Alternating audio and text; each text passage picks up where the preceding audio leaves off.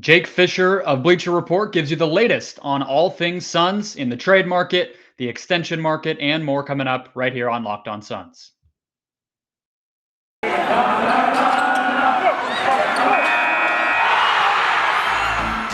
are Locked On Suns, your daily Phoenix Suns podcast, part of the Locked On Podcast Network, your team every day.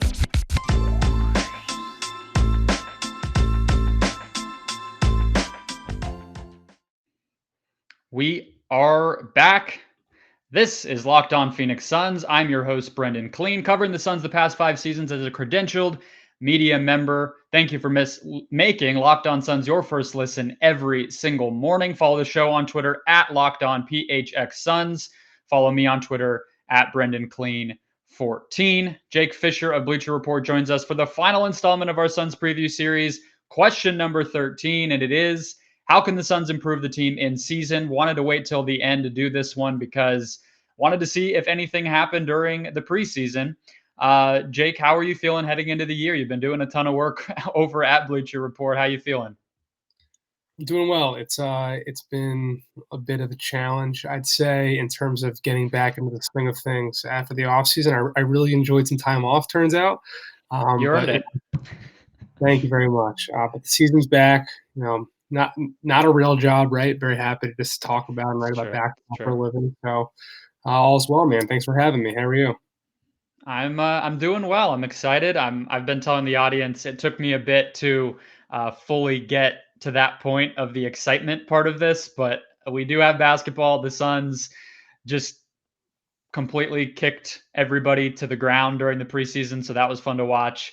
But let's get into it. Let's get into the trade stuff. Let's get into the stuff that makes people go crazy here in the NBA. So early in the offseason, you had a lot of stuff on Jalen Smith, the Suns shopping him, using Summer League to showcase him. We haven't heard as much since then from you or anyone, and obviously still on the roster, played quite a bit in the preseason, got all Summer League honors for whatever that's worth. So what can you tell us about what's changed with Smith's situation and how his future is viewed around the NBA? I wouldn't say all that much has changed. I'm not going to lie that when I make calls to people, I'm not typically... He's not the first thing that comes up? No. Okay. But, I mean, the fact that he did come up at a certain point and that was reflected multiple times is why I definitely wrote about it back when I did. But this happens. I think, when trade conversations get reported, I think a lot of times they get misconstrued to the public, which is why I always I choose my words carefully. But, most of the time when, a team's not shopping a player, or most of the time when it's considered a team's shopping a player, they're making the guy available. I do think Phoenix was actively calling teams and saying, hey, what can Jalen Smith get us? Being that, listen, he was a number 10 pick in the draft at a certain point not too long ago. That still has some sticker value, if you will. Less than a year ago, or just about a year ago, which is crazy. Yeah, I used to be able to off the top of my head know every single player was in which year's draft, but now I've been covering the league for 9 years now, and it's kind of pandemic. They blend together, yeah. Yeah. I mean, the number 10 pick is still something that, the closer we are to that draft night that he was picked, it was 2019? 2020. 2020, yeah. So the closer we are to 2020, the more value that number 10 pick will have in terms of his, brand value on the NBA trade market, right? The further we go away from that, the less time and the less he continues to take strides on the court, which, let's be honest, at this point, he doesn't seem to be a critical, integral member of Monty Williams' rotation, right? Those are just the factors that set up to. It seems obvious that they would at least try to poke around and see what they can get on him. So I haven't heard anything new on that situation. Just because he hasn't been moved doesn't mean that what he showed in preseason means that they are all gung ho about Jalen Smith again. Doesn't mean that other teams won't call around. When December 15th comes around and free agents are able to be traded or at the deadline. Because, I will say this is an overall thought moving forward about Phoenix, but also every team in the contending sphere in the NBA, they're not looking at their rosters as complete right now. They're looking at their rosters as a first draft, if you will. So a lot of movement can definitely still happen, just like we saw last year's trade deadline. Yeah. On that note, Thad Young is obviously a guy that everybody wants, I'm sure, around the league. I mean, he's a veteran. I think he had comments where he, wants to finally win. It's kind of a crazy situation for him where despite being such a well-renowned player, he hasn't really been on a great team in his whole career. Um, what you did some reporting on the Spurs recently about sort of the overall direction of the franchise, and that some people there are still kind of, in that middle ground of not knowing what's going to come next over there. I think that fits into the idea of Thad and what his purpose is over there, and whether he might become available. They don't make a ton of trades. So around the league, what do you hear when people talk about Thad, and is he somebody you expect to be one of the early players to be available around the league? Well, I'm not going to say this to phrase Thad as a malcontent. He's a pretty good guy and always been a pretty good locker room presence. But from everything I've heard, I don't believe Thad wants to be in San Antonio right now. I think he wants to be in a winning environment. He's getting up there in age, and for role players like him who have made a good living in this league, they've recognized that they need to be a part of winning teams in order to get paid. And if you, Thad Young is Thad Young. I think people will know what his value is.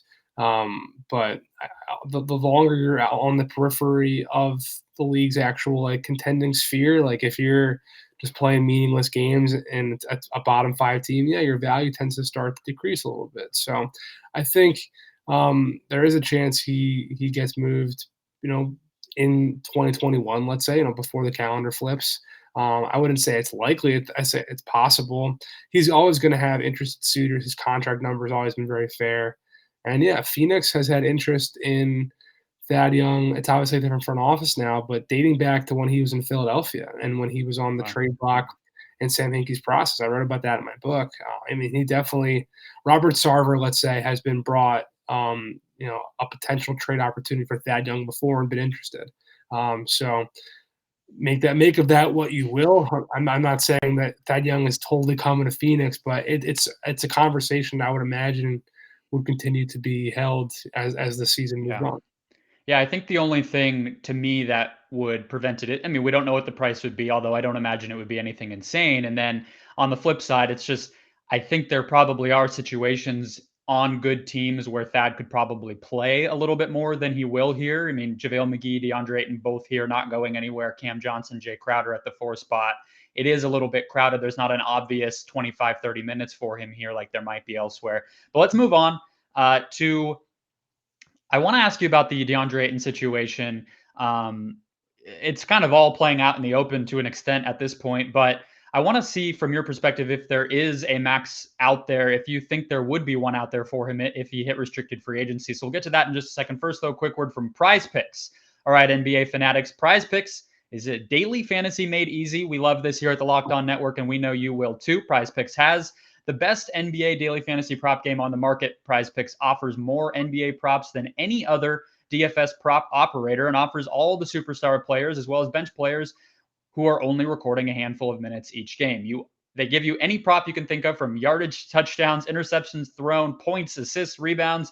All of your users that deposit and use the promo code NBA here on the Locked On Network will get a 100% instant deposit match up to $100. So you can double your money up to $100 if you use the promo code NBA. Pick 2 to 5 players every day and an over-under projection, and you can win up to 10 times any entry. So you're mixing and matching with the over-unders as well as the daily fantasy lineups. You're playing the odds while also playing the points. It's fun. It's everywhere. You can get it on the App Store or the Google Play Store. It takes just 60 seconds or less to make your picks and offers fast withdrawals as well. So don't hesitate. Check out prizepicks.com. Use the promo code NBA or go to the App Store and download their app today. Use that same promo code and get that 100% instant deposit match up to $100. Prize Picks, daily fantasy made easy. All right, Jake. So as I was saying with the Deandre Ayton situation, I'd be happy if you have more insight about how those negotiations are playing out. I have not seen you report on that too extensively, so I won't put you in the spot there of having to answer for it. But the other part of this is I was going around and a lot of teams punted on their cap space for 2022. So I'm wondering if you see a max out there for DeAndre Ayton next summer, what people tend to think of him in your conversations around the NBA. I'm sure people are talking about it. People have definitely talked about it. I mean, it's hard to find an executive outside of Phoenix, let's say, who looking in on that situation from the outside is saying, "Why? Like, you got to pay the guy." I think that's pretty much across the board. I mean, you have a young center who is a two-way force who just helped you make the finals for the first time after making the playoffs, missing the playoffs in how long? Like, how do you not reward that person, especially when you've got Devin Booker lined up, and he seems to be the anchor to the opposite end of your lineup. So that's definitely, I mean, so I can say with confidence that this is not a dynamic that I think would be existing if, I mean, let's call a spade a spade. Robert Sarver has a long history of not being so willing to get out his checkbook, right? I mean, even the whole Chris Paul dynamic this summer, sure, was Paul and were his people not trying to get himself the biggest payday he could possible? Yes. And do I think they used the Pelicans' little outreach trying to make an offer for him as a means to have some leverage against Phoenix? Yes. But at the same time, like, Chris Paul helped get you to the finals too. And like, I mean, the Hawks are in a similar situation. Like, you got to pay the guys that got you there. That's just a way you build sustainable winning long term. I mean, we were just talking about San Antonio. Like, you want to keep Phoenix if you're Robert Sarver, if you're James Jones, if you're other members of that front office. Like, you want to keep this roster moving in a way that has continuity and year after year success. And the best way to do that is to reward people who are successful underneath you. So I would expect this to get kind of resolved in the summer. I think early bird conversations are a little bit of a standoff sometimes when a front office is like really thinks that that person just they got a case numerically, analytically, whatever to hold out a couple of shekels, and they want to. And a lot of times they'll say behind doors like, "Go out and show us that you're worth the full max, and at the end of the year we'll give it to you pretty quickly." And this could be a situation where on day one of free agency, DeAndre Ayton signed a full max. That's very plausible too. So I don't think it's necessarily the end of the world, cataclysmic alarm bells going off for Phoenix, but it's not a great situation. Absolutely. No, and you would have liked, I think, as a Suns fan, if this just got wrapped up as quickly as it did in other cities, right? Shea Gilgeous-Alexander and that type of guy who, I think DeAndre is probably looking at saying, what has he proven? But at the same time, that franchise had different priorities and it worked out. So I think you would have preferred that if you're a Suns fan, but I've been sounding the same thing. Like, if it doesn't happen, that doesn't mean that DeAndre Ayton is leaving. This is an early negotiation window. There will be plenty of time. They can talk about it between now and then. He can prove it throughout the regular season and postseason this year, and they can revisit. So I tend to agree with you. We did, just for listeners, see, thanks to TMZ Sports, that the two did meet this week, I think on Wednesday, maybe Tuesday, out here solo. People took pictures of them and everything. So solo meeting, Sarver Ayton. We'll see how that plays out, but that's where things stand. The last thing on this, Jake, is it seems like you feel pretty confident that Chris Paul staying, Cameron Payne staying, the team winning a lot hasn't necessarily changed the way that Robert Sarver is thought about in the NBA. Is that accurate? I think your actions speak louder than your words, right?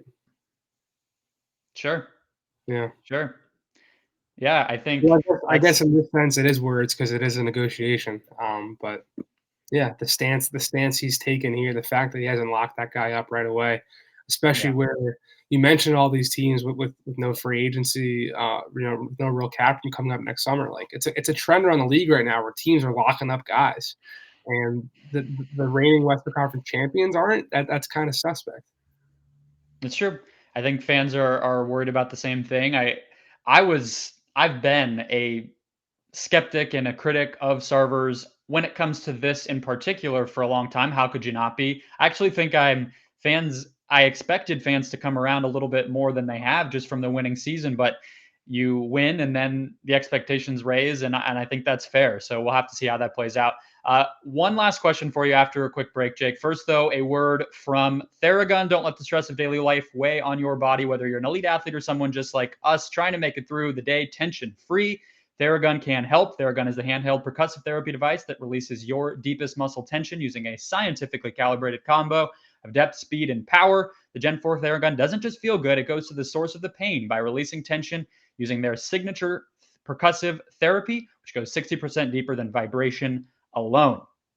Theragun trusted by 250 professional sports teams like Real Madrid, as well as elite athletes like the Valley's own DeAndre Hopkins, as well as hundreds of thousands of customers just like me, probably just like many of you, but maybe not the Gen 4. Try Theragun for 30 days starting at only $199 by going to therabody.com/lockedon right now to get your Gen 4 Theragun today. That's therabody.com/lockedon. Today's show also brought to you by Built Bar, the best tasting protein bar ever. And Built Bar likes to say the healthiest candy bar ever. Not hard to see why. Each one covered in 100% chocolate, soft, easy to chew, no more than 5 grams of sugar, no more than 180 calories, and packed with 17 to 18 grams of protein in each and every bar. You got the classic favorites like double chocolate, my personal favorite, or raspberry, as well as the new fall and summer flavors like German chocolate and cookie dough chunk. They might sound like they range and they vary. Oh, I want to avoid that one. Too sweet, too sugary. It's not the deal. They are all the same. They are getting you that nice, filling calorie snack pick-me-up that you need without overdoing it. Go to Built.com, use the promo code LOCKED15 to try yours and get 15% off your order. Again, that's promo code LOCKEDON for 15% off at Built.com. All right, Jake Fischer here with us. I did not do myself any favors here. I did not plug your book yet, Jake. I apologize. Built to Lose talks a ton about the Suns. I think that's actually the first time that I reached out initially was to have you on to talk about Ryan McDonough, but I think the fans would just put me over a spit and kill me if I continue to talk about Ryan McDonough. So we'll leave that conversation for a different day. But he writes at Bleacher Report. Follow him at Jake L. Fischer. Let's close out on something you reported on today, Jake, which is Kyrie Irving, Ben Simmons. I don't know how many Suns fans, I'm sure Suns fans are looking at that and saying, thank God we're not dealing with it. But I do think the piece you put out this morning on Bleacher Report about how the relationship between players and teams is changing is really interesting. And it's going to play out no team is going to avoid how these dynamics are changing. So if somebody's looking at these situations and feeling like, what the hell is going on? We had James Harden doing whatever he was doing in the fall, partying and making a mockery of the situation, and then getting his way to his chosen team after all. And then these two guys now and sitting out and taking paychecks away from themselves and not getting vaccinated and all the stuff that's going on. What should fans take away from how this is affecting the league, big picture? I think big picture, the overall vaccine situation has been kind of a black eye on the league, even though, yes, there are the overwhelming majority of players are vaccinated, but this Kyrie dynamic has continued to be in the spotlight. It's cast a negative light, on the NBA. And Ben Simmons' trade request has also, raised alarm bells about, players signing long, expensive deals and then requesting a trade elsewhere. I mean, Giannis is obviously entrenched in Milwaukee now, but that was part of his calculus too. When he re-signed with the Bucks last year, he thought, if it doesn't go well, I can always request a trade. And I think both of these situations are going to impact the upcoming CBA negotiations that will happen at a certain point between 2022 and 2024, where the league and owners are going to want the union to make a concession and somehow based off of them refusing to have a vaccine mandate. And they're going to want to try to institute a way to penalize players for requesting a trade, some way monetarily, in a way that's kind of like a reverse trade kicker situation. So there's other things that they're always been looking at. All this stuff came from a memo that the league sent out to teams in late August asking for feedback by September 22nd. So kind of talked to some people around the league about what they did send back to the NBA. There's a lot in that story that's a little bit more context to it, but that's the quick answer I have for you right now. how do you think, because I'm sure the other thing that like a Suns fan would be looking at is how can we avoid the chaos that other teams have? Like the Sarver thing is its own deal. If they lose DeAndre Ayton, that's crappy and would hurt their odds a lot. But at the same time, it's not nearly the level that some of these other franchises are dealing with. What do you think is sort of the competitive advantage that can try to keep things away? Or is it just the nature of things and players are going to do this and that's the state of affairs going forward? I think every team right now is struggling with trying to find the right balance of winning in the NBA is about compiling all-stars. And the way to do that is to keep them happy and happy together within your city and your franchise, right? And there's a tough balance at play with, bending over backwards to cater to these guys, but also recognizing that there's still just one or two or three employees of an overall organization that, the NBA is a business, right? Where, other people's intentions and beliefs, sometimes do deserve more merit than those top two players, even though they are essentially the whole reason why that team is contending. Everyone's perspective in a competitive industry is only theirs, and sometimes a different person's perspective is better than yours, right? So, I think it's just Suns fans can take solace in the fact that it's a tough balance every team is trying to figure out, and no one really has the right answer for right now. Yeah, I think if anybody is taking solace, it might be Chris Paul, that he doesn't have to involve himself in the negotiations that you're talking about, because I don't wish that on anybody. But thank you for your insight, man. I know you got to get out of here. He is Jake Fischer. You can follow him at Jake L. Fischer on Twitter and read his book, Built to Lose. Read him at Bleacher Report. Thanks for joining us. Thank you, man.